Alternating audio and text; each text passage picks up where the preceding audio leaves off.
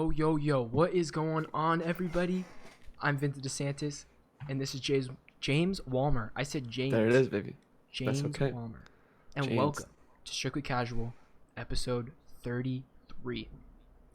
Strictly Casual is your unoriginal podcast from unprofessional college students, and we are back, baby. Before we get into the show, I just want to make a note that we do have a Discord in which we take discussion questions from the community, from you guys. We usually plug this at the end, but if people don't make it to the end, we understand.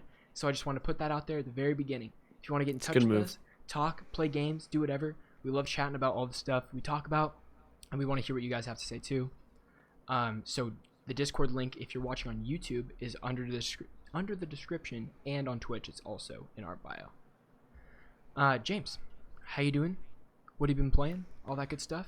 We're doing good. We're straight up swamped this week. Yeah, absolutely. Major homework week. Still dreaming of Persona 5 every day. It just gets more and more. It's been damn near 2 months. It's been damn near 2 months since I played, and I miss it. Okay, that's fair. Yeah. It's as simple as that. I played a lot of Spellbreak today. Yeah, how was that? I'm loving it more and more. At first, I was a little iffy on it, but like it's really fun to play. It's so choppy on my system. I don't know why. It defaults with like ultra graphics, so maybe, I don't know. Maybe. No, I turned it down to like, even if I turn it down to medium, it's still. I don't know. Maybe resolution? I don't know. We'll figure it out. Yeah, I don't know. Maybe it's a FreeSync / G-Sync sort of thing. Could be. Play a little more Valorant too, but that's pretty much it.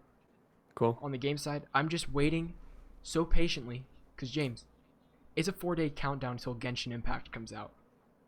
4 flipping days, and I can't wait. That's my number one most hype. Yes. This isn't on the docket. I actually forgot to put it on. But the Left 4 Dead 2 Last Stand update came out today. You're in luck. I already downloaded it from Steam. Holy shit, okay. I'm ready to go. Wow, okay. Then I need to... I don't know if it's downloaded, but I'll check after the show. It's only like 20 gigs. Let's freaking get it. I cannot wait. Yeah. I cannot wait. Mod City, baby. Okay. Let's just get right into it with the number one biggest news story from the week. Maybe biggest news story right under the consoles being up for pre-order. This is the next best, guys. Maybe better for some parties here. Wow. But Microsoft purchases Bethesda. They actually purchased ZeniMax, but Bethesda. Okay? This is gigantic. I'm going to get right into this article from NPR, which doesn't usually cover a lot of gaming stuff. So that I pulled this article from NPR because it was so much. It's such a big deal that it's being covered by other outlets too. Vinny, you got to read the first point like you're an NPR host. Oh, dude, I can't do that. You do it. This is all you. Okay. No, I didn't write this article, or I didn't cite this article, but I'll give it a shot. Do it. God, this is gonna be either really like fine or really bad because of audio choke. Okay, ready? We're gonna go. Yes.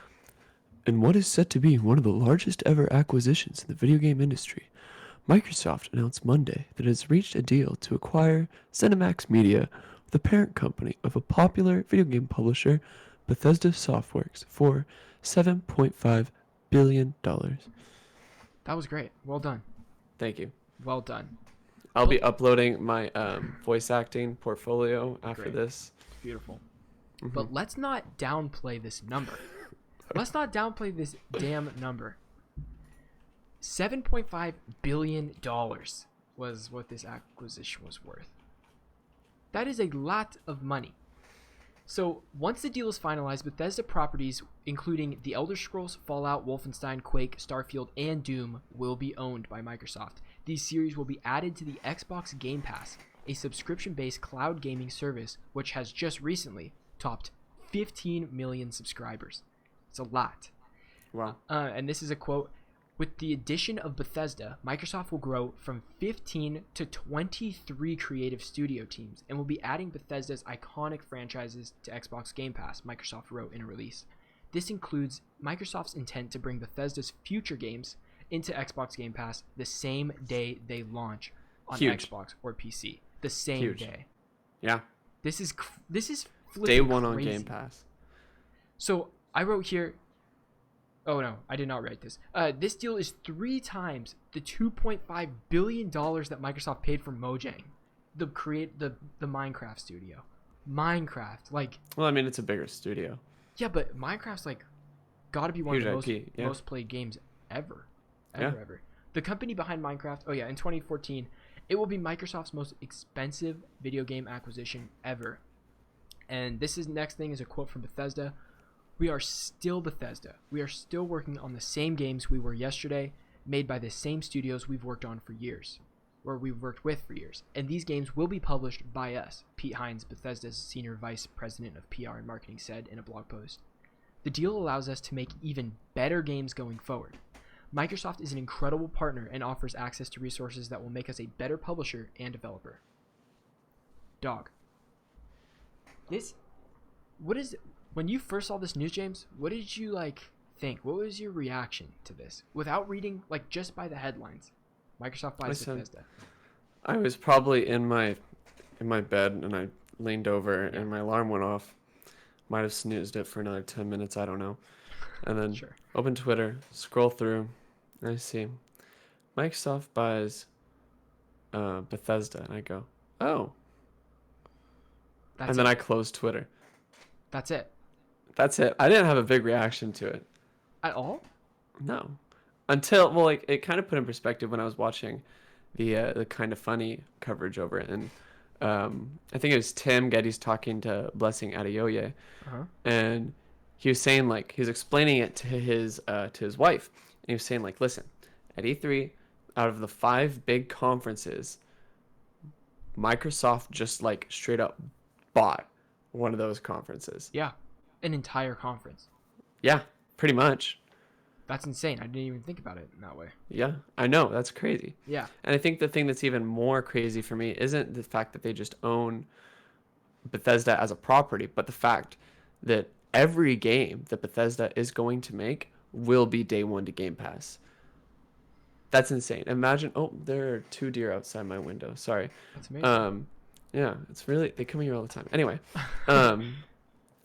so imagine a huge title like Skyrim comes out, or not Skyrim, but Elder Scrolls 7. Sure. Right. Elder Scrolls 7, Starfield, these huge titles we've been waiting probably years for. Starfield. Probably almost a decade for Elder Scrolls 7. Starfield's going to become a meme pretty soon. It's a couple years from now. It's going to be great when it comes out. Yeah.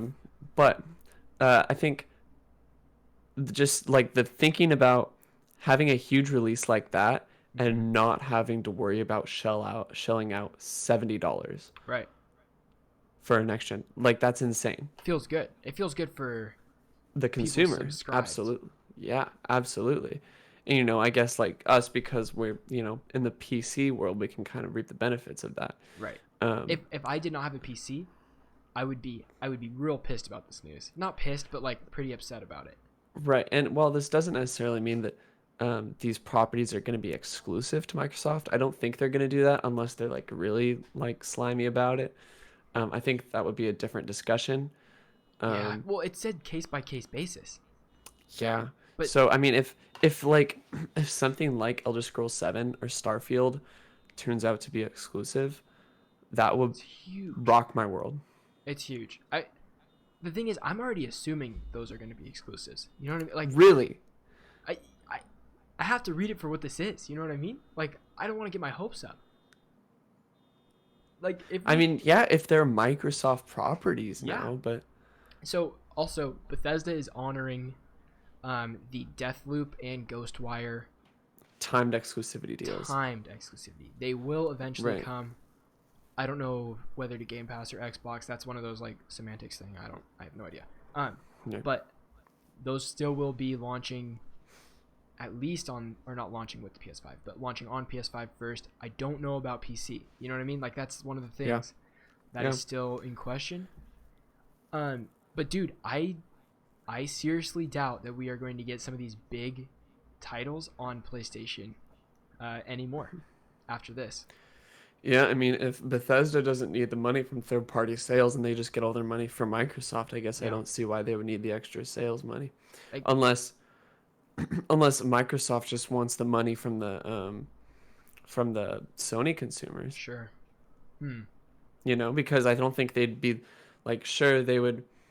I mean, okay, here's the deal. I think if they were to outright like claim a lot of these big properties and like I think if they might have explicitly discussed their ownership over some of these big titles as exclusives, Uh-huh.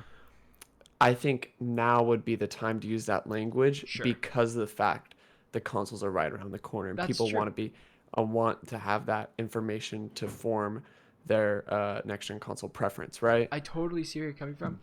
I don't know, like, from what we've seen, it seems like they're skating on that line of every single thing is going to be just Microsoft, and then by saying case by case basis and things like that, like using that wordage, which is so I don't know. I don't know, Yeah. but I would assume that the majority are going to be on Microsoft stuff only. Mm-hmm.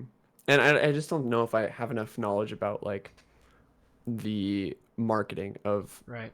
the marketing plan of Microsoft to make an informed decision on whether or not Microsoft needs to make a lot of the bigger titles, a lot of the AAA titles, multi-platform in order to Right. have the most financial benefit. And we're talking about Microsoft, a studio that hasn't done a bunch of big like acquisitions for studios. Yeah, yeah. Like there was, I don't want to say no reason to go to Xbox. You know what I mean? But There was little reason. the incentive is much Mhm. higher on PlayStation than it is to Xbox. As And of right now, yeah. as of right Or now, at least or maybe sure. as of like before this happened, right? There's rumors of Microsoft buying Sega. That's the current Yeah. big one. I don't know if that's a thing. I don't know if that'll become a thing or I not. heard the rumor was that Amazon was buying Sega. Well, only because there was a Sonic Only on the because there was Amazon a Luna Sonic thing. and Yeah, the yeah. but which we'll talk about in a sec, which is also crazy. But I don't. This is like still mind blowing to me that this is from a tweet I saw. It's not an original thought. The acquisition of Bethesda is the price of 2 Star Wars films. Everything from Yeah. pre-production to advertising to the profit and everything in between. Like, let's say Star Wars: The Force Awakens had a budget of $800 million. That seems like a big number, but when you put that up against $7.5 billion, what it could gross, like, I don't know how many millions it grossed. Mm-hmm. However many million that movie grossed. This is still so much more than that. Like, Yeah, video games are the most profitable entertainment industry besides maybe sports. I guess, or the porn industry for that matter, bro. Yeah, You know what I mean? lots of money in porn. Yeah, that porn makes more than like the NFL, NHL, and MLB combined each year. Isn't that insane? That's wild. Yeah. But it's like this is a great counter argument to like the video games aren't relevant argument. Mm-hmm. Because I like you hear that places and stuff, but it wouldn't be even in question. $7.5 billion. No, you can't have numbers like $7.5 billion and say it's irrelevant. No, not at all. I have no extra thoughts on this besides it's I don't mind either. blowing. It's mind blowing to me. Yeah. And we will see what Microsoft will acquire next because just the press release You of think this they're alone, going to keep... to be completely think honest, I keep think going? they're going to keep going. Dude, Who do you have a prediction for who's next? oh god, no. I have no idea. I wouldn't even know where to begin. I would have never Okay. guessed Bethesda. Okay, we're talking about Microsoft here. You know what I mean? Who has never focused on buying studios Mm-mm. because they got other dogs. They got other dogs to race. They got other other stuff. I don't know. It's crazy, but they won't stop because I think even just the press release of saying that they're buying the studios and stuff. Do you know how much buzz was on social media? You couldn't go anywhere So without much. seeing it. It even bled into like I don't know Instagram, all that kind of stuff too. You see it everywhere. That alone was worth at least a part of it. You know what I mean? Like they got their money's worth just from like chatter almost. I don't know. I mean, not all their money, but it's a lot of. It was great. It was good shit. It's a lot of cheddar. It's a lot of chatter. All right, moving on. Xbox Series X proprietary 1 terabyte expansion card revealed. This comes from Polygon from the man Owen S. Good. Now, Vin, I think this was yesterday. It's known that Microsoft has been a little more generous with the standard expansion, or sorry, not expansion, but hard drive, rather than Sony, right? Sony Sure. has 850 gigabyte SSD, and I think the Xbox is a 1 terabyte SSD. Which is weird. Just make it like Sony. What the hell? Make it a terabyte. Yeah, but I don't know the hardware that so goes into that. So that's okay. So they pair up with Seagate like they did for the Xbox One X, and they made a proprietary 1 terabyte expansion card, right? And there's a little slot in the back of the Xbox Series X specifically for this little card. It's like a beefed up like SD card that's like that big. It literally looks like a memory card from like your PS2. it's a chunk. Yeah. PS2 days. But it's bigger. The PS2 is like this big. Yeah. You know what I mean? And then the expansion is like this big. Yeah, and you just slide it in that slot. Yeah. So, costs $219.99.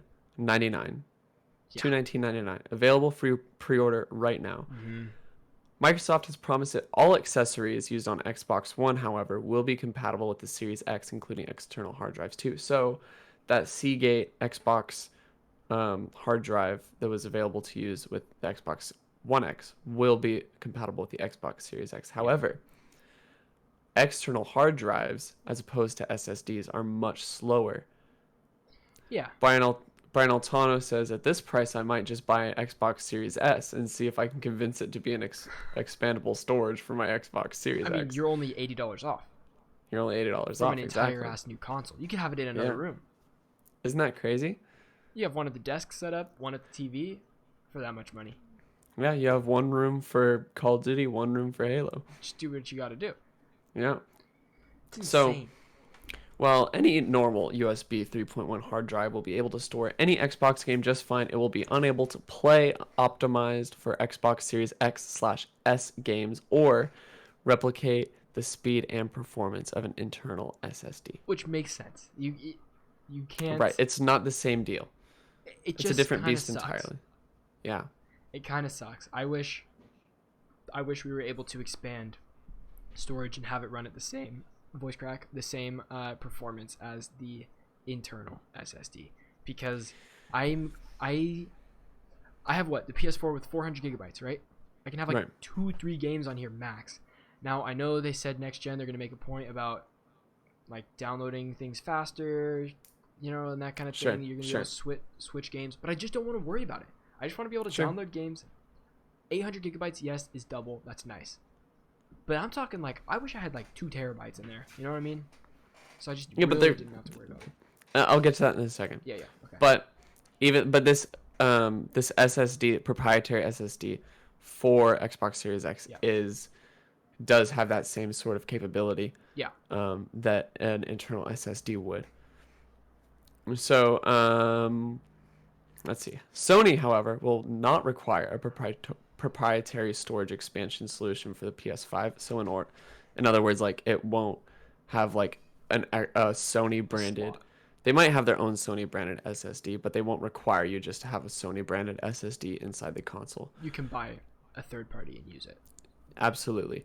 However, the aftermarket SSD drive will have to be compatible with the hardware of the PlayStation 5. For pricing reference, Samsung announced that its Evo 980 Pro SSD, the 1 terabyte model that was teased this week, will retail for $229 as well. So that new Samsung SSD is the same price as this proprietary model. Okay. So however, I guess that's there's still a caveat. Yes. It's important to know that the standalone PCIe 4.0 SSDs like the Samsung Evo will get cheaper over time. I'm sure. But a proprietary product like the Xbox Series X card may not. In an Xbox Wire explainer, hopefully I read that right. Mm-hmm.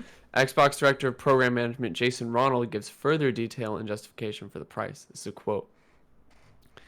The Xbox Velocity architecture is a key innovation of our next generation consoles, delivering unprecedented speed and performance, enabling transformative gaming experiences never before possible on console, said Ronald. This level of consistent, sustained performance requires advanced components, which comes at a higher cost than traditional hard drives or SSDs often found in PCs, end quote. Sure. Basically saying because this is a like great SSD, it's just got the hardware to justify the price. Yeah. Which is interesting in comparison to Sony's side, in which they have better than top of the line SSD already, and then also are allowing expansion for third party but compatible SSDs. They have their pros and cons. Both do. You know what I mean? They do. It's not like one is wrong and the other is right. But I do like Xbox's. This is like it. If you want more storage, this is the way to go. I just don't like that they force you down that avenue. Whereas PlayStation, instead of having a right answer with like, well, that we know of, Sony might come out with a drive. You know what I mean? Sure. A plug-in drive. Yeah. But they didn't for PS4, right? They didn't. No, not that I know of. At least I don't know. No, I don't think they did. Yeah. That's an interesting. I don't know. What are your thoughts on the actual? Like, if you would you buy a storage expansion? Let's first off, do you have a storage expansion right now? I do. You do. Do you just plug it into the USB? Yep. Plug it straight into USB. I have like a Seagate 1 terabyte. Okay. External. I think it's an external hard drive, not an external solid state. Somehow I went the entire generation without one, and it was. I don't know impossible. How. I really don't know it's how. Just a lot of deleting. Yeah. And a lot of leaving it on overnight to download things. So I am very excited to see if I will need one. You know if you need one after like a year. Like once the 1 year mark hits, you're like, okay, am I going to have to delete these games that I still want to play or not? That's what it comes down to. And so we will see.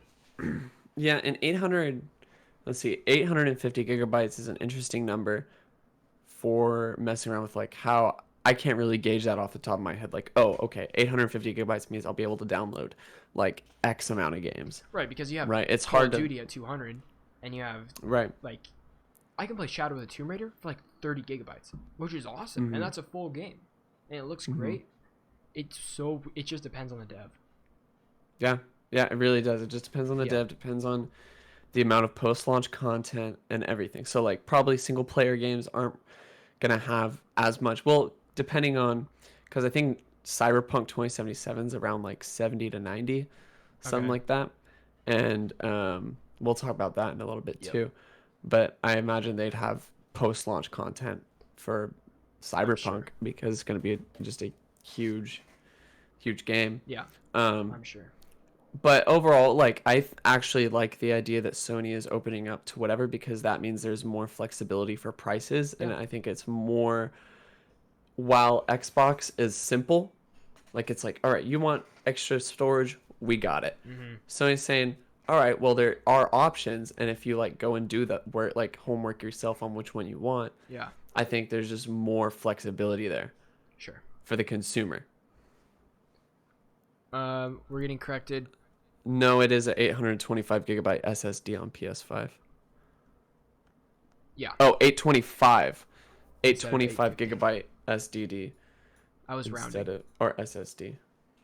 I was rounding. I knew it was a weird number, you know? Yeah. I'm just double checking. That's fine. Yeah. Yeah, 825 gigabytes. Okay. Dude, thank you, Hydra. I wish that is one thing I wish we had more of, was storage internally. I just don't want to worry. I don't want to worry about external at all. Yeah, I don't want, and maybe it won't even be a big deal. Who knows? Maybe Mark Cerny was right, and we don't have to worry about download times because it's just more efficient way to store games. I'm hoping we get another Mark Cerny little thing before this baby launches. I want to see Mark Cerny give us the UI. I want all that good stuff. I love Mark Cerny. He's really weird, but I love him to death. He's an interesting fella. He is an interesting fella. Okay. All right. Also this week. Sorry, did you want to take this, Vin? No, you have to, because I don't know enough about it. You're kind of teaching me at the same time. Okay. Yeah. All right, so today Amazon announced Amazon Luna. This comes from Andrew Webster at The Verge. Previously codenamed Amazon Luna. Previously codenamed Tempo, Amazon's new cloud gaming platform was revealed today at its 2020 hardware event. in which they also revealed the new Amazon Echo that is like a sphere. Great. Anyway, it's not really clear when this is going to be available, but it will initially be available on PC, Mac, Fire TV, iPhone, iPad, and then later an Android version down the line. Mm-hmm. The introductory price of this service is $5.99 a month during the early access. So this could mean that it goes up after early access. We don't know. Competitive price for our boys over at Stadia. How they doing? Very competitive price. How they doing? Again, I haven't heard from them in a while, Me to neither. be honest. Me neither. This includes 2 devices that you can play simultaneously. So basically, like if Vim wanted to play on his phone and I was playing on a laptop, and we were on the same subscription, Yeah. could totally do that at the same time. It offers 4K and 60 frames per second for select titles. And your internet speed. You know what I mean? And your internet speed. But as opposed to Stadia, you need premium or pro subscription in order to get 4K 60 frames. Yep. This is powered by Amazon's ubiquitous web platform, AWS, which I don't know what it stands for. It's Amazon Web Services. That's it. Oh, thank you. Yeah. Then they advertise that more than 100 games will be available via the Luna Plus channel. And the games that they list aren't super compelling. What do you mean, bro? Control. I love Control. That's the only good one on there. I know. I mean, sorry, there's a few that are good, just that aren't like absolutely leading the industry games. Yeah. There's Resident Evil 7, Control, Panzer Dragoon, A Plague Tale: Innocence, The Surge 2, Yooka-Laylee, Grid, Abzu, and Brothers: A Tale of Two Sons. These are odd titles to advertise. Why is Grid on every single video game service? Why is it a flagship for them? I think they pay like other companies in order to promote their game. On Stadia, Grid was like one of the big ones. Like, oh, Grid is coming to Stadia. Oh my god. Not at all. Not at all. Is that the rally racing one? Yeah. I think I see that on a lot of like benchmark tests. Whenever I see like a YouTube video on like a monitor, they're always playing Grid. I don't know why. Maybe it's because everyone has it. Or Dirt. So They're like the same in my mind. I can't just differentiate them at all. All of the rally racing games just all kind of mesh together. I don't know one from the other. I'm gonna be honest, except for the one for PlayStation 2. That one's goated. Which one? You know what I'm talking about. The one from PlayStation 2. You mean MTV versus ATX? Or yes, sir. That's the one. ATV versus MTX. You mean Grid? No, it is not Grid. ATV versus MTV or whatever the hell it is. So good. Classic. More titles will be added over time, they reassure. The company has also partnered with Ubisoft for a specific quote-unquote gaming channel. Of course. Saying, why not? Players who subscribe to this channel will have access to their favorite Ubisoft titles in up to 4K resolution, mobile gameplay, and access to new titles when the channel launches, like Assassin's Creed Valhalla, Far Cry 6, and Immortals Phoenix Rising, the same day they release. This is the first of multiple Luna game channels in development where customers can play games from their favorite publishers and genres, end quote. So it sounds like for every like developer you'll have your own page. So like here's Bethesda games, here's Ubisoft games, here's an Infinity Ward or whatever. And this is if they opt in. Here's my if they opt in. Let me give my I'm gonna tell the future real quick, okay? All right. This is gonna flop really bad, just like Stadia. Vinny's crystal ball. That's what I'm looking at right now. Just start rubbing that bad boy. Give it the little 1-2. Give it the 1-2. Here you go. What? You know how much we're hearing about Stadia right now? Yeah. That's how much we're gonna be hearing about Amazon Luna. We're gonna be hearing about the launch. Nothing, baby. And hey, here's the deal. I think that this is going to be good technology, and this is good technology, and it will probably work. It will probably work pretty well, like fairly well. As good as Stadia? Yeah. All right. I think Stadia worked phenomenally. I played Destiny 2 on my Mac on the couch. You know what I mean? And then I also played it at a friend's house on my Mac, and it was butter. It was butter. I was like very surprised. Okay. But it just doesn't do it for me. I don't need that service. I don't need to pay that money to do it. It's not for me. And I think there's a lot of people in my boat that I like the technology and I like where it's going, but I am not there for a subscription service for this kind of thing yet. There's also COVID. I'm not even leaving my house that much. Is this really going to be that relevant for me yet? Yeah. I don't know. Might be more compelling with $70 games though. It's definitely a thought. It's definitely a thought. Yeah. $70 is a lot. Luna will also feature Twitch integration. You can instantly launch games from a viewed stream. So if Vin is playing Far Cry 6, and I'm like, oh, I want to play Far Cry 6, and I also have a Luna subscription. Yes. Boom, right from the stream, Far Cry 6. There I go. It's games. It's very similar to what Stadia was trying to push very hard. Stadia was like, this is what we're doing. This is how we're gonna do it. Oh, but not all these features are here at launch. I think Amazon's going to want to do every single one of those things and then just have it there on launch. Because some of those features that we've heard about from Stadia, like a long time ago, are not even a thing yet. Like my favorite thing that they were talking about was someone streaming a game. You would be able to jump into that person's game session, click of a button, and you're there in it. That's not a thing yet. That's just like, that's a concept to them. I think Amazon wants to nail everything that Stadia hasn't done yet on launch. They have Bezos money. They can do whatever they want. Bro. I mean, Amazon, they said it's all running off Amazon Web Services, which is absolutely giant and probably bigger than Google's web services, like all their servers and everything like that. I think Amazon could pull it off. Again, I just don't think there's an audience for this still yet. Yeah, I don't either. Yeah. I think it's, I mean, I can see why they would think that it's the right time for this, especially with next-gen consoles right around the corner. They might want to sway people from the new consoles. Sure. But I feel like it's just too...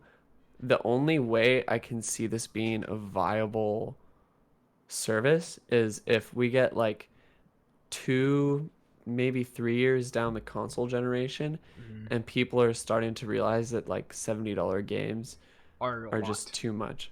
Yeah. And even then, there's still going to be sales and opportunities to buy games at discounted prices, which I don't think that argument is as compelling when those are factored in. Yeah, but it makes sense to me. I would rather wait for a sale for a game than to buy a subscription for 3 months and then not have access to that game anymore. Like, let's say I have a subscription to Amazon Luna for however the hell much, $7 a month, I don't know. And I play the game for 3 months, let's just say, right? We're looking at like $21. What if you can get the game for like $20 or like $15, and then you're not... And you don't own your games. Yeah, I like owning games. Yeah. I don't like $70, but I like owning games quite a bit. I hear you. Now, when talking about types of game pads, games can be played with a mouse and keyboard, a Bluetooth controller, or their own Alexa-enabled Luna controller that is literally a Nintendo pretty Pro much controller. beat for beat a Nintendo Pro controller. Like, exactly. Yeah. Which is fine. Hey, it's a nice layout. It gets the job done. It gets the job done. And the Switch Pro controller is very nice. It feels very good. Yeah, I like it. Luna controller can easily switch between screens without additional parent or configuration changes, which is actually really nice. Yep. So if I want to go, I'm playing on my TV, got to run, clip my phone to it using one of those bracket things. One of those. Right there. Yeah, I mean... Super easy. And that should be like a guarantee. You know what I mean? Like that should just be... the standard. The standard, exactly. Yeah. That's all I got on Luna. I feel like they don't even have a trailer for this out yet, do they? It's just 2 pictures and a blog post. Like, here you go. Yep. And is there any launch window? Or are they just working on it? They're working on it. Yeah, end of 2021. That's a guess. I'll say like mid 2021. That's a guess for me. Yeah. All right. Next up, we have Cyberpunk Night City Wire 3, James. Finn, every Night City Wire I get more excited for this game. I am so freaking excited for Cyberpunk. It blows my mind. It blows my mind every single time. They show something, I'm like, oh, that's in a video game? You know? They're going to do this? And I'm like, yes. Probably one of the most ambitious projects ever. What if it sucks, James? What if it sucks? I have that fear every time. I'm like, there's no way it can be perfect. But there's this little shimmer of hope that is tucked inside my sock that is like, but what if? What if they manage to just knock it out of the park? And this might be the best game of all time. Ever. Will it be a 10.5 out of 10 for me? It could be. It really could be. I do not know. But in this Night City Wire, this was probably the least interesting Night City Wire to me, I guess. I know, I like this one. I mean, don't get me wrong. It's not bad. It just had the least amount of meat in it to me. Yeah, you're right. But So- I also didn't like the first one very much. Fair enough. Second one was the best when they showed the guns and all that good stuff. You The know what I guns mean? were sick. All right. So here it is. First segment was called Postcards from Night City, where we get an overview of the culture of Night City and some of the TV shows, newsreels, restaurants, strip clubs, etc. Guys, okay, James. This world, they seem to be doing everything right with an open world, and all the major gripes I have about all the open world games I play, they seem to just know exactly what hits me wrong. Exactly what you want. And they're just like, oh yeah, and just to let you know, we're doing this. And then you're like, oh, it'll be fine. It'll be fine. Yeah. Every single time. Yeah. They talked about there's always something happening. There's, James, every single street in Night City is named. Yeah, isn't that crazy? Like, I could say, I'll meet you on the corner of this and that, and you'll know where that is. Like, that's his place that won't move, instead of saying, oh, you see that brick building on, like, the north side of the map? Like, and you try to find it, and everything looks like a brick building. Like, there's street names, James. There's different, like, sections of the city that are, like, different towns. Like, you have, like, a Japan town. You have, like, city centers. You have all these, like, culture-filled places that, like, things are always going on. It's bumping. They kept saying, oh, it's alive. It's alive. I'm like, you've got me. It really is going to be alive. That's how I felt throughout the entire thing. Dude, okay, so nightcity.love appears on So screen. let me explain this. On there's a banner during this, like, little trailer, and it said, like, nightcity.love, and it was like that was a thing, like an in-game, like, website that was a part of the game world. So I was like, let me give it a shot. Yeah. So I go into my, Firefox browser, and I go nightcity.love. If you type it in right now, it is a whole ass website. Oh. It's got like info on the city, news reports, advertisements, missing persons, how many people died that day. It's got info on like city centers. Vinny's just discovering this for the first time.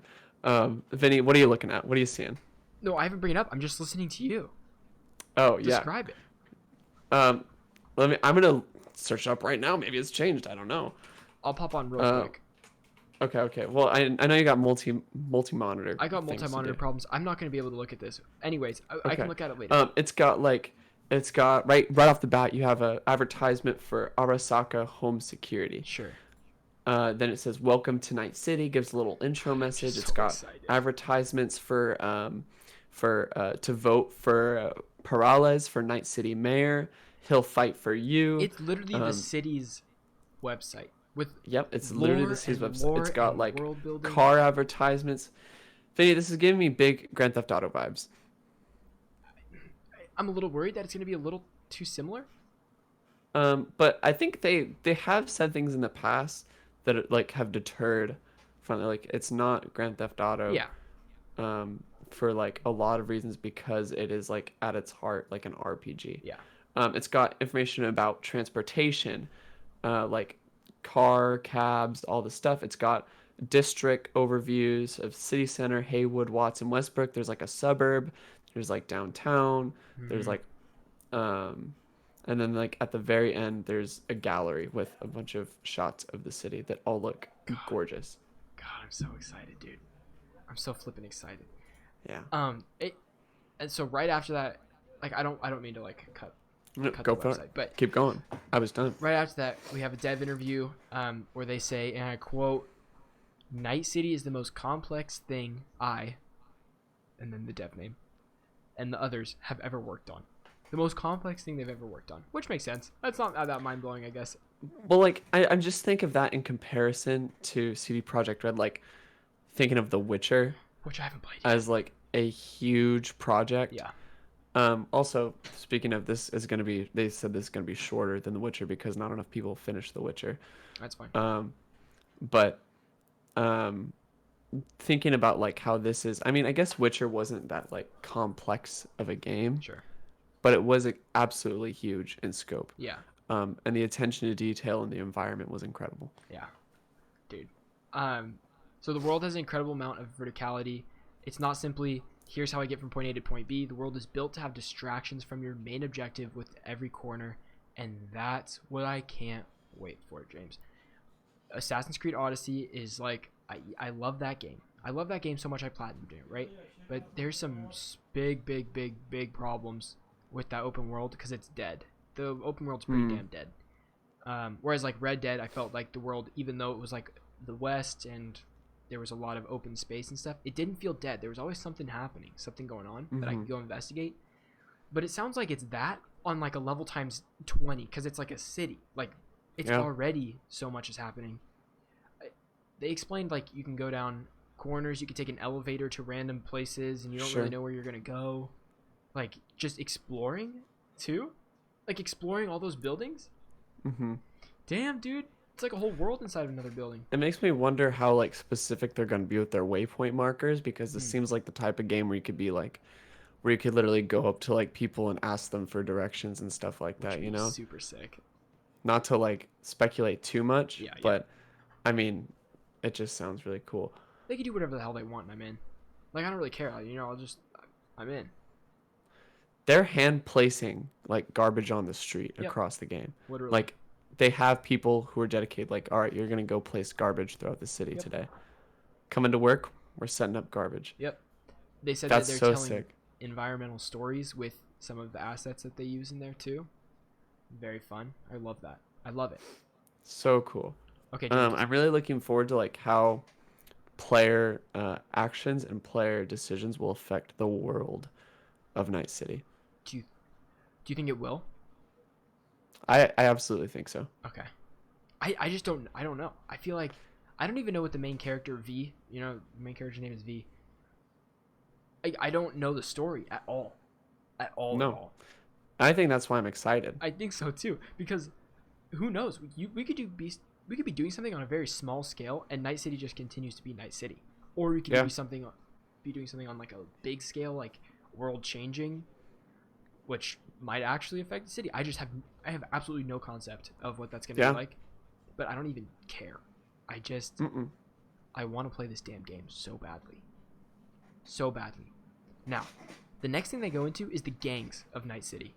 There's a lot. There's way more gangs than I thought there was going to be. And I have a definite favorite, and I know what your favorite is too. So don't tell me your favorite until after we get through them, and I'm going to tell you what your favorite is. Also, can we real quick say that the Night City has a huge crime problem? It has more than a crime problem. It's like a it's an issue. It's an issue. It's an issue. Yeah. Okay, what do we got? What's the first gang? First gang, we got Maelstrom. This is the most cybernetic gang. Now, these guys, they all want to be cyborg people. That is their like goal, is they want to like fuse themselves with machine the most they can.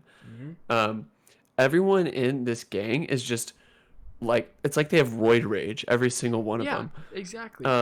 They're completely unpredictable, super chaotic, just want to like wreck shit, and these are the type of people that give me anxiety. It's like Uncut Gems. Like if you want to play Uncut Gems, it's you're playing as Howie. It's the chaotic you know that graph, there's like chaotic neutral, it's chaotic evil. It's chaotic evil, no question about it. No question. Yeah, it's just sporadic. These guys are nutty. Next up we have the Valentinos, which are like a more Hispanic gang. And they're like very religious based, so you know they got the cross tattoos everywhere. They got the decal cross stuff on the cars. Like the Santa Maria, you know what I'm talking about? Like they got all that everywhere. That's like their idols. That's their shtick. That's their shtick. You like I know you know what I'm talking about. If you're listening to this, you know exactly what I'm talking about. Yeah. They're very like everything is based around like religion and like kind of punishment, like like atone for your, like they're the type of like, you gotta atone for your sins and then bust a cap in your knee. Ouch. Yeah, they'll do it. Something like that. Okay, what's next? We got 6th Street. which is just the most yee gang out of all of them. It's like Cowboys, Country Trucks. Boy, I Love You Yeah, made a gang. yeah. It's your, it's your lifted truck boys. Yep. It's the horse girls. Horse Girls. Yep. It's yeah. That's all you need to know about that one. That's all you need to know. Yeah. Not my favorite. No. No. They're gonna be fun to destroy. Yes. Yeah. Very fun. Okay, next up we got the Voodoo Boys, which are the hackers. Hackermen. Hackers. You got a gang of hackers. They're gonna Gang be of hackers. the smart people. The smart people. They're gonna be hacking stuff, and they're gonna be a gang. That's all I got.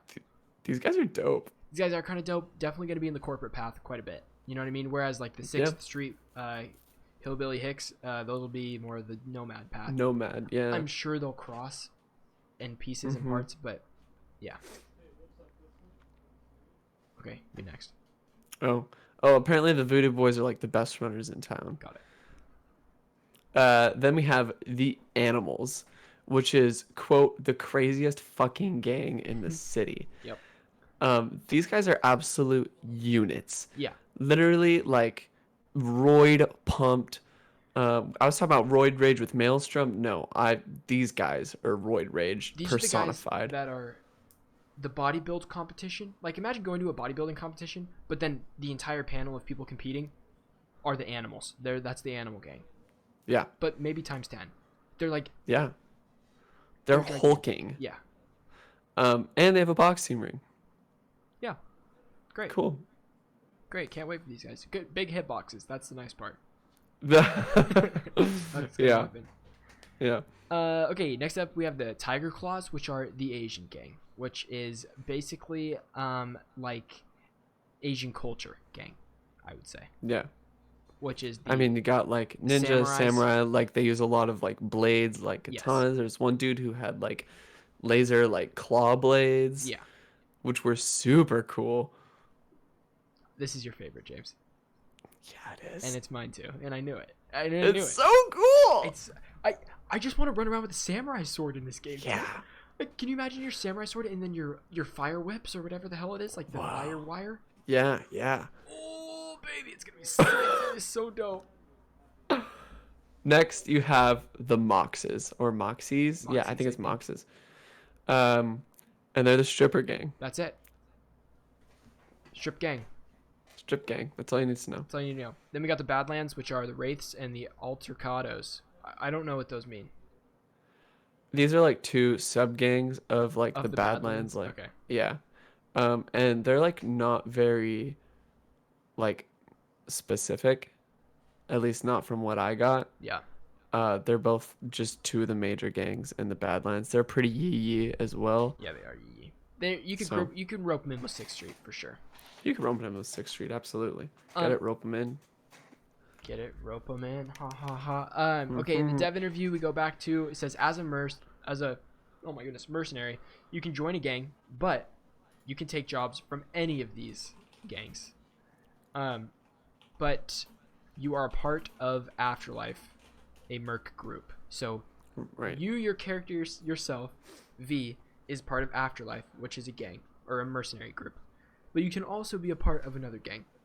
But at the same time, you can take challenges from all gangs. You can't be a part of a gang. You can take jobs from a gang, but you cannot like be a part of the gang, because I think in the dev interview they said that they would not trust someone who is a merc to be a part of their game. That's fair. Gang.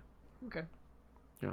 They also revealed the system requirements, but I don't have them here. You can look them up if you do. Oh, you want them? Go for it. Give us the quick rundown of the optimal specs. For recommended. Yeah, just give us recommended. 64-bit Windows 10. DirectX 12 is necessary. Processor Intel Core i7 4790 or AMD Ryzen 3200G. Ryzen 3 3200G, sorry. Graphics card NVIDIA GeForce GTX 1060 6GB or AMD Radeon R9 Fury. That's pretty high. Yeah. Oh, well, never mind. That's recommended. Never mind. That's not very high. That's doable. That's doable. More doable than I thought it was going to be.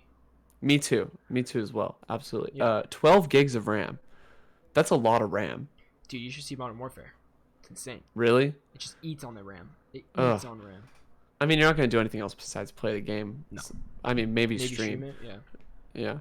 And then you need 70 gigabytes of SSD. 70 gigabytes of SSD.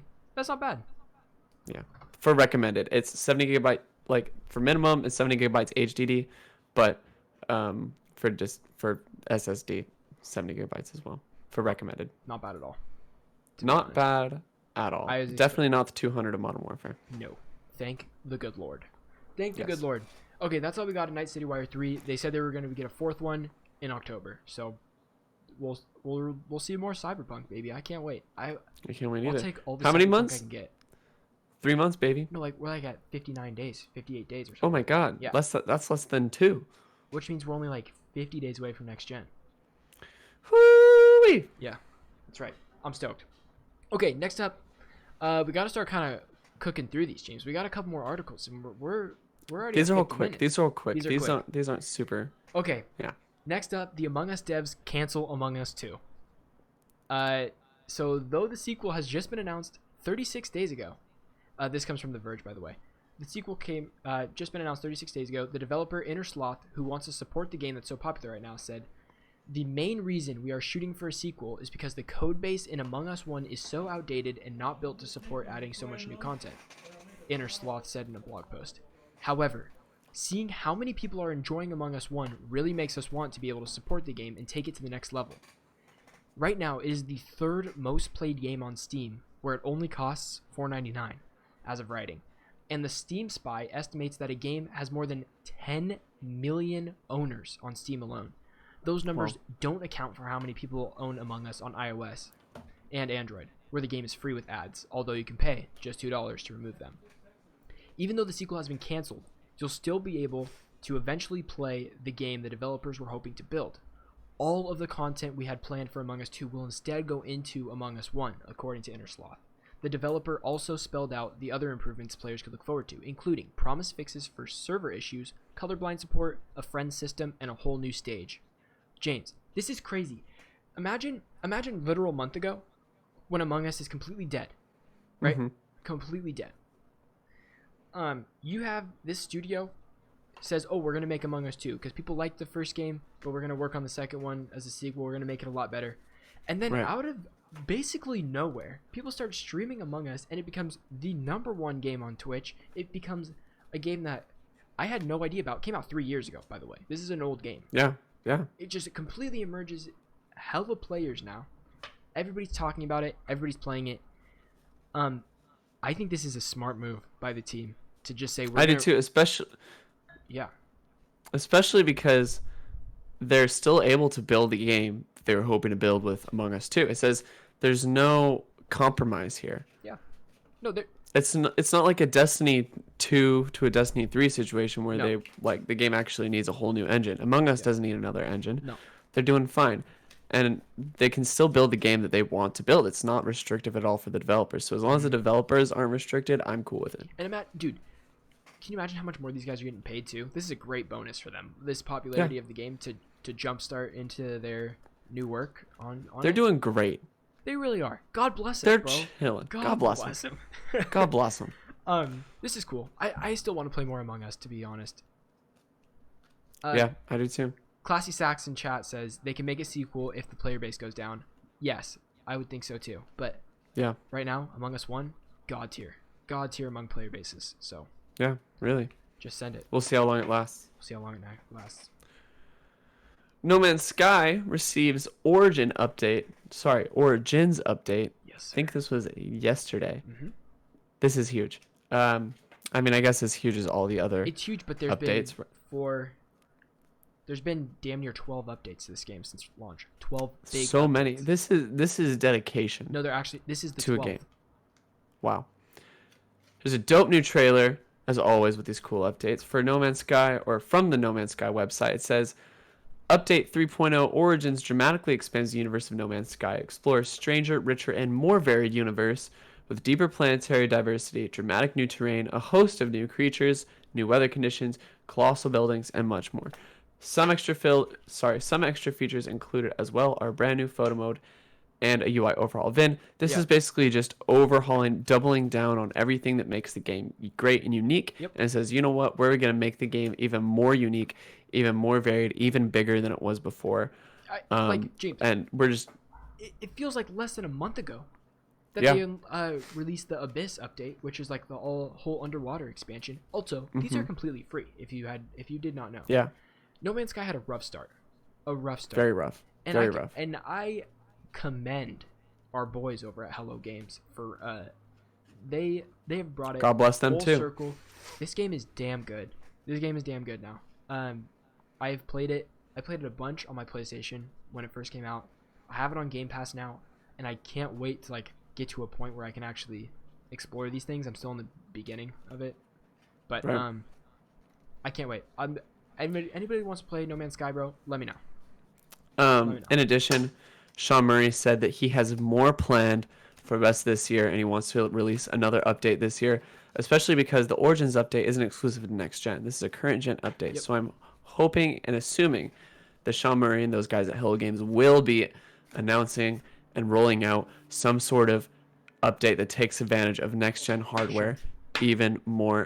In addition, I read a few articles saying that Sean Murray was also hinting at a sequel or separate project from No Man's Sky. Apart from No Man's Sky. Here's my guess. They'll keep updating it till the end of the year, let's say. Okay. They'll do a next gen upgrade and it'll be big. Yep. They'll have way more Huge. stuff. It'll be huge, right? It might boost the player base a little bit. I think a lot of people are kind of over hearing about No Man's Sky. So I think that shock value of a big update is kind of fading now. But the people that are interested will jump in and play it again. But I think that'll be it for a little while. Like, maybe we'll get some bug fixes and stuff, and then they'll start working on their next game. Because honestly, like, how many years has it been since No Man's Sky was released? I want to say maybe like 4, 5. Dude, they have to be burnt out a little bit on it. They have to Yeah. be. It's a small team. Yeah. They said 30 people put together that first game. That's insane. Unless it's literally a passion for them, like a passion project. Then they'll Yeah. keep going. But I just don't know. Yeah. Also, just throw it out there. Yeah. New update has sandworms. Dude. Straight up Dune style sandworms. Sounds crazy as hell, man. Sounds crazy Yeah. as hell. I'm in. And like volcanoes and Yeah. other like land phenomena. can't wait. Then hit us with the next one. Let's Alright. keep rolling. Next up, Doom Eternal comes to Xbox Game Pass. Let's freaking go. Earlier this week, Xbox tweeted out an email that said, "Listen up, everybody. Out of all the months of the year, this has definitely been the most eventful. On top of the announcement that EA Play and cloud gaming, there's even more coming your way. Please keep reading for more details," the message says. "Better get excited. Everyone's gonna go crazy when they hear what I'm about to tell you. Lo and behold, Redacted is coming to the service very soon. Of course, this needs to remain a secret. We need to resist the temptation of dropping hints for followers." That was the email. Now, fans found that the first letter of every sentence of that email spelled "look below." Okay? So a couple people threw the email image into Photoshop and did some post-processing, only to find a hidden message that read, "The Slayer is coming." Okay? That's Basically, dope. they just boosted the contrast and stuff, brightened it up, and it literally was like white on white, but they boosted it so much it says, "The Slayer is coming." And so this morning, on September 24th, if you're watching this on YouTube, it was yesterday, Xbox tweeted a small teaser trailer confirming that Doom Eternal will be on console Game Pass on October 1st. It will arrive on PC Game Pass at a later date. James, this is a big bummer for you because you bought the game at full price. A little bit. Right? A little bit. Yeah. I'm okay with supporting Bethesda. Yeah, I mean, me too. But But I guess now it's just Microsoft. now I get to play. That is sad. It's just Microsoft now. But guess what? I get to play Doom Eternal when it comes on PC eventually. I can't wait. I'm stoked. Hey, we can play multiplayer. Microsoft still won't take my payment information. Really? They send me emails about it, yeah. No, Game Pass for free. Just kidding. No, they're like, yeah, we couldn't renew your Game Pass subscription. Oh, And I'm like, F. oh. Big F. Next up, Neo 2's next DLC, Darkness in the Capital, arrives October 15th. This comes from Tom Lee from the PlayStation blog. Then I didn't play Neo 2. Me I neither, heard so it's this great. is going to be a lot of mumbo jumbo to me. It's a lot of mumbo jumbo for me too, but we're just going to roll through it. Okay. This is going to mean something to somebody out there. That's right. Features new storylines, bosses, yokai, new guardian spirit skills, ninjutsu, onmyo, magic, and soul cores. Also new armor sets and a weapon. Not weapons, a weapon. Along with story preview. In order to unravel the mysteries surrounding the history of the Sohaya Maru, Nice. our protagonist ventures to Kyoto City and discovers a shrine furnished with an old, worn-out box. Upon inspection, the Sohaya Maru once again shines brilliantly, and the protagonist is whisked away to the middle of the Heian period, landing in an ancient version of the capital. Contrary to its name, Heian Place, which means peace and tranquility, ancient Kyoto was terrorized by countless yokai during this time period. However, there existed many heroes who were brave enough to oppose these demons. Among them were the most preeminent demon slayer and the strongest sorcerer in history, along with their subordinates and colleagues fighting at their side. Our protagonist joins forces with these famous heroes in order to quell the unrest and destruction caused by the yokai hordes, while learning more about the connections between an even more distant past and the present time period from which they came. Finn, this sounds interesting. Yeah. I'm probably not going to ever play Neo 2. Right. But it is a very successful Souls-like game that has a lot of critical praise. I'm sure that people who are listening to this that are fans of it are very stoked. Yeah. And I'm happy. I'm happy that you're stoked. I wish I was stoked. I should play the game, honestly. I think I have it on PlayStation. Dude, it's a lot. Honest. I've seen gameplay. It's a lot. Like a lot of stuff on screen. Yeah. A lot of damage numbers. Big, like, special, like, effects. Big particle effects. Yeah. A lot of game systems. Like, there's a stance system. I like stance. God, I gotta play Ghost of Tsushima, bro. Gotta play it. Yeah. Gotta play it. Gotta play it. We got. Sorry, Chief. Sorry, guys. Yeah, sorry. No, it's all good. Yeah, I don't know. That was that. I don't have any thoughts on it. I don't either. Yeah. I can't. I don't have an opinion. I haven't played it. However, what I do have an opinion on is how it's so damn hard to upgrade to PS5 version of Spider-Man PS4. Give me the quick explanation. Give me the 1-2. All right, so here's what you got. You have Miles Morales on PS4. So here straight up, Spider-Man Remastered, which includes Miles Morales and Marvel's Spider-Man for PS4 Remastered. Yes. Then you have Miles Morales on PS4, and you have just Miles Morales for PS5, and you have just Spider-Man for PS4. It's a lot of versions, it seems like. Yes. No, there is no. So there is a version of every game.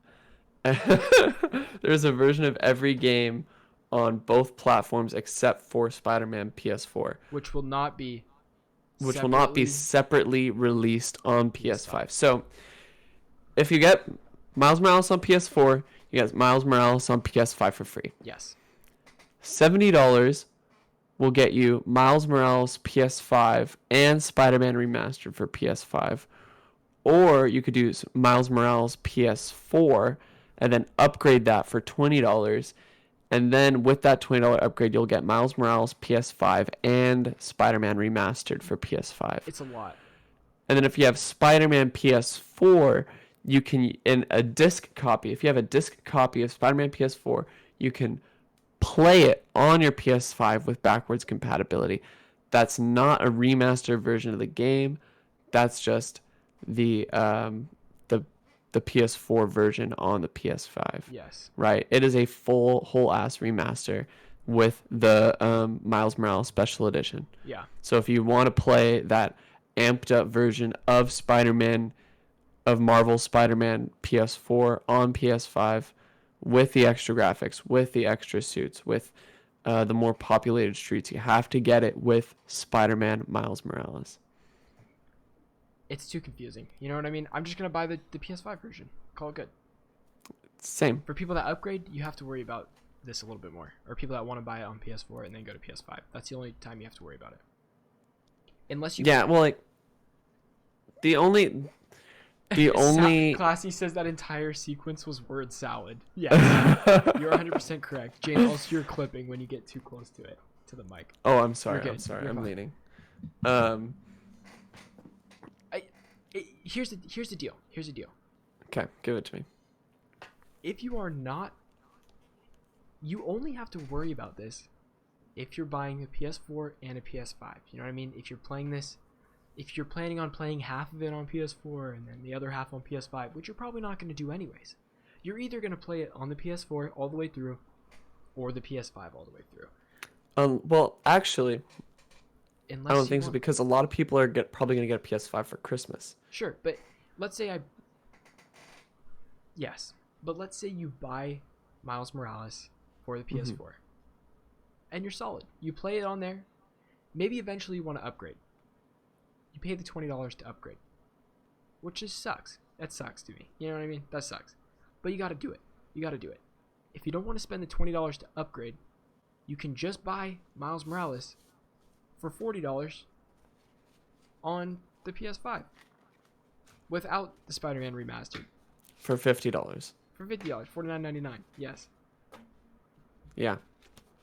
But if you want to play Miles Morales and upgrade it to PS5, pay that $20 and you get Spider-Man PS5 almost like for free. Right. And that's it. That's it. That's it. I don't know. Like I don't have a gripe with this as much as I need to. I don't think there's any more. I think it's just like they could have made that easier, more succinct, I guess. More synced up. I just don't know how they would have done it. Get it for free. If you buy Miles Morales they should have made Spider-Man a separate entity, like Spider-Man Remastered a separate entity, and that way you get free upgrades across. If you do want Spider-Man Remastered on PS4, it's $20. Sure. Or you can upgrade.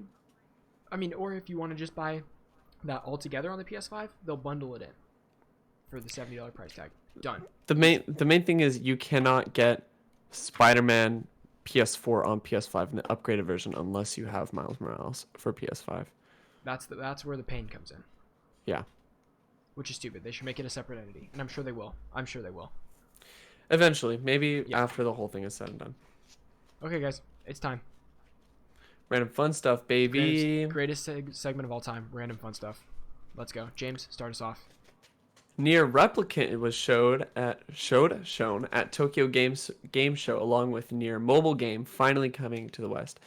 Then I saw this trailer. Combat looks buttery smooth. Yeah, it's beautiful. I texted you. That combat has always looked smooth on those games. It's always looked smooth, but especially smooth. Vin, I texted you after this and I said, Vin, I gotta play Nier Automata because I just know how great of a game it is and how much people praise it. I've never played a Nier game ever. I haven't either, but I'm ready to jump in. All right, do it. Next up, Hades, baby. Hades is taking the world by storm. Here's the reviews. We have a 92 critic score and a 9 on Metacritic, and a 9.0 user score, which is big moves. I'm hearing Game of the Year nomination buzz happening everywhere. I haven't played it yet. I have watched some streams of it. It looks gorgeous and very fun. It gets my seal of approval, and I haven't played it yet. 2 thumbs up. I should have bought it when it was $5 off. Yeah. It's $20 right now, right? $25 it went back up. F. Yeah. Okay, final one. Mafia Definitive Edition reviews with a 76 on Metascore with no user score yet because it releases tomorrow. I can't freaking wait for this. I saw lots of mixed reviews. IGN gave it like an 8. GameSpot gave it like a 6. And it's all over the place in that range of being okay to great. It's all in there. At least it's not bad. Polygon said it was stuck between generations. That's fair. It makes sense. Sure. I just hate how Mafia 3 controlled, and so if they put the Mafia 3 controls into the remake, I think that's what's going to kill it for me. But the graphics look super cool, and I've wanted to play that story. You know what I mean? I've heard great things about it, so I think regardless, I'll probably pick it up. I'll probably pick it up and play it. Okay. And what is that, $40? Yeah, I'll probably pick it up on a sale, though. I won't get it right away. Yeah, little Black Friday, Cyber Monday sale. Exactly. Yeah.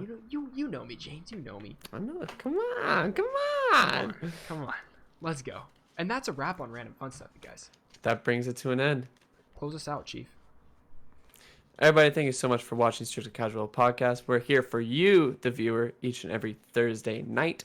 at 6 o'clock. And if you missed it, well, I guess you wouldn't be here. But you'll be on YouTube. Go follow us. It'll be on YouTube tomorrow morning at 9 a.m. Pacific time. Everybody, we have a Discord. If you haven't joined it, join. Follow us on Twitch. Subscribe to us on on YouTube. Guys, we hit 150 subscribers on YouTube. Let's go. Hell yeah, we did. Hell yeah. Thank you, everybody. So hype. So hype. So hype. Everybody, I can't thank you enough for watching. That's it. You guys, we have some big news coming up soon. Stay tuned. Strictly Casual. It's only getting bigger. It's only getting bigger. It's only expanding. I can't wait. Yes, sir. I can't wait. We're just trying to make it better every week. Let's get it. All right, guys. And Hydra's helping us. Hydra's helping us, my man. All right, just kidding. All right. See you guys. Peace out until next week. Have a phenomenal week. We'll see you next time.